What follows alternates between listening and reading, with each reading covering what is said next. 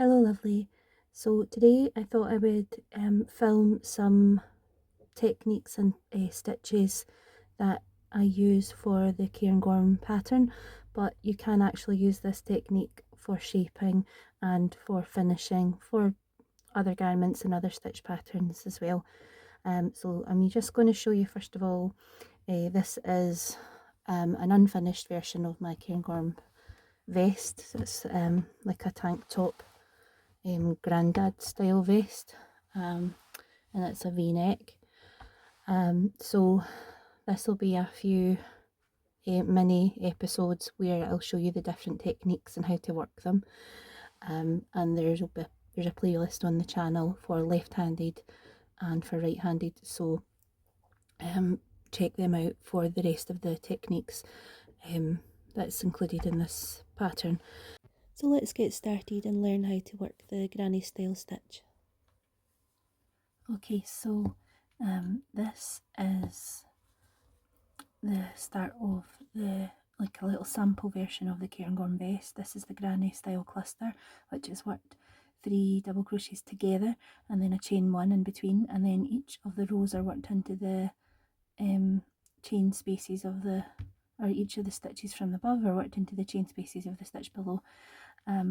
The pattern starts with a foundation chainless double crochet,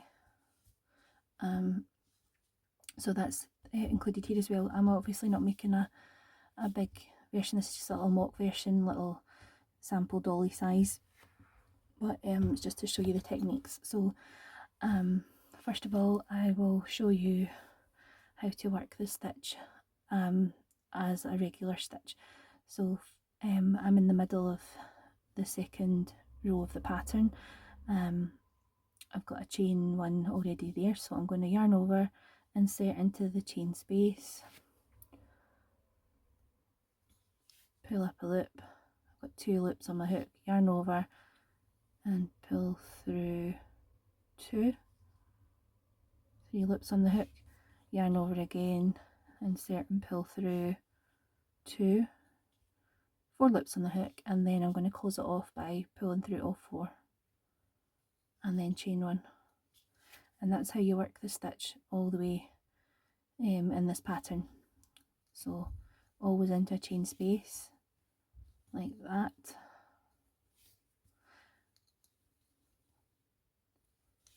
so you can see the effect it creates. Yarn over, pull through, yarn over, pull through 2, yarn over, pull through 2, 4 loops on your hook, and then close it off and chain 1. Now I'll say that I'm using scrap yarn here. This yarn is not the best, it's scratchy and yucky, and I really just use it for making sort of little mock-up tests. So you know, you might see a join here or there, but it's the technique that I'm showing you. So yarn over, and we're going to work our way to the end. On this mock-up version, obviously it's not got the full amount of stitches in the row that my actual size would have. So we've got, I think it was a row of, I think it was a foundation row of 30 double crochet, foundation double crochet of 30 I think I did, and then the first row is worked chain 3 into the next stitch, do 2 together, that counts together as 1 cluster, skip 1, 3 together, 3 double crochets together in the next, skip 1, 3 together, skip 1, and you do that all the way to the end. When you get to the very end, into the second last stitch, 2 together, and into the last one, 1 single crochet on its own.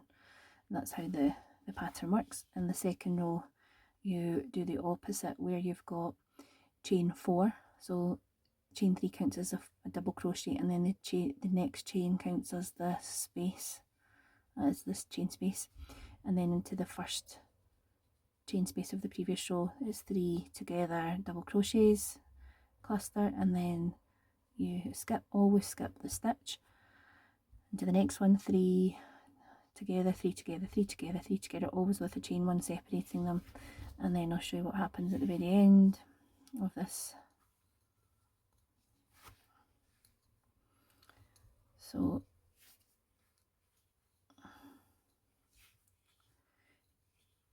this stitch pattern is a 2-row repeat because you've got an odd side and an even side.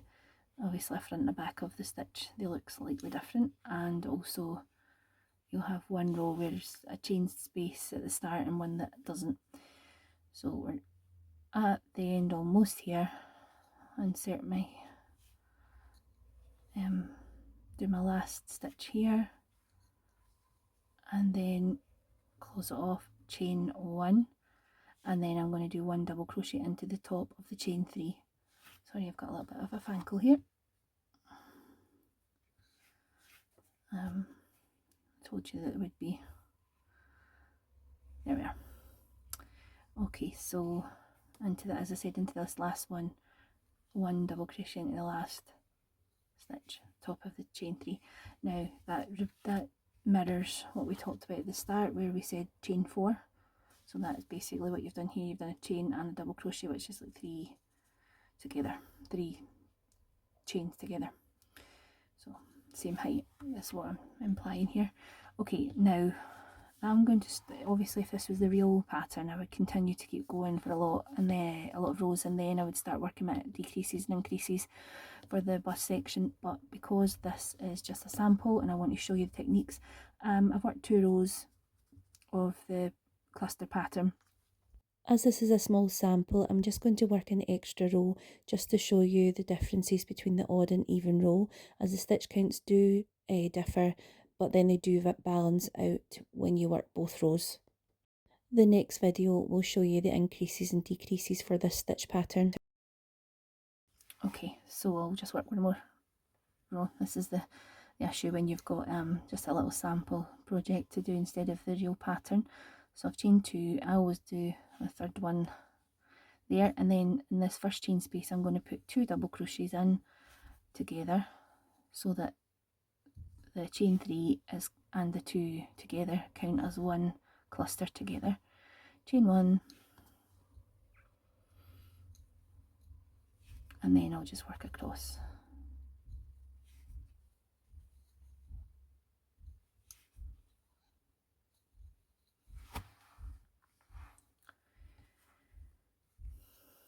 There is a left-handed and a right-handed version of the videos, so if you are left-handed, please check out the left-handed playlist for the Cairngorm pattern, or just for general stitch tutorials. There's a playlist for both.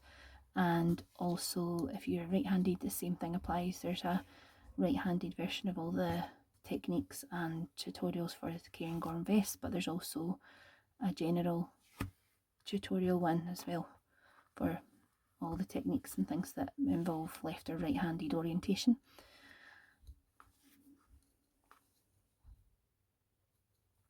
Okay, keep going. I would recommend using stitch markers for this, because you can then track where your placement of your increases and decreases are to make sure that they are mirroring and symmetrical, because you don't want a wonky top. You don't want it to be sitting funny, and it is important that it's mirrored if it's the bust area.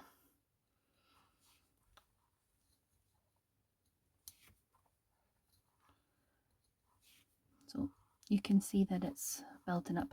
Now this stitch pattern you could use for blankets, scarves, anything you like really. I just particularly went for a garment pattern for this one. I think it's a nice texture, and I think I've mentioned before, I'm not really keen on really holey lacy garments. I like the textures, but I don't really like to wear lots of layers underneath, just to cover up you know, underwear and stuff. So I prefer having clothes that happen to be made out of crochet rather than them looking particularly crochet-ish. I like making the fabric and I like the clothes to just happen to be handmade and not homemade looking. So that's what I like. Most actually of my patterns recently have been linked stitches to give a nice knit-like quality. So this one's probably the most textured I've got in a while. So as I said previously, I am using scrap yarn, so just ran out this one, so I'll just attach a little ball here. I don't really want to waste good yarn making up little mock-ups, demo things. So I'm just going to do a magic join for this one because the yarn in this is very scratchy and fuzzy, so it won't separate. If you've got a slidey, silky lat yarn, I definitely would suggest leaving your tails to try and weave in some way or tie together in another way. But magic join's fine for this type of yarn. Okay, so I am almost at the end, so I'm going to work my 3 together cluster, 3 double crochets together, and I'm just going to hide that knot inside the pull through so you can't see it. Chain 1, and then in the last one you can see that I had to chain 4 here, so that means that that's a chain space, so you have to work a stitch in there. So we're going to work a 2 double crochets together, and then we're going to do a single double crochet into the very last chain space, chain at the top of chain 3, and that will be counted as 1 cluster stitch. So you can see that it's lying nice and flat, and if I just count, I've got 1, 2, 3, 4, 5, 6, 7, 8, 9, 10, 11, 12, 13, 14. So that's what I was aiming for, as an even number. So that means that I'm going to count into the centre and put a stitch marker where my v-neck would begin. So thanks for watching. That ends the introduction to the granny style cluster stitch. The next episodes will show you how to work the increase and decrease and make beautiful shaping for your garments, and I hope you'll check them out. Don't forget to like and subscribe and all the other things, and I'll see you in the next one. Bye lovely.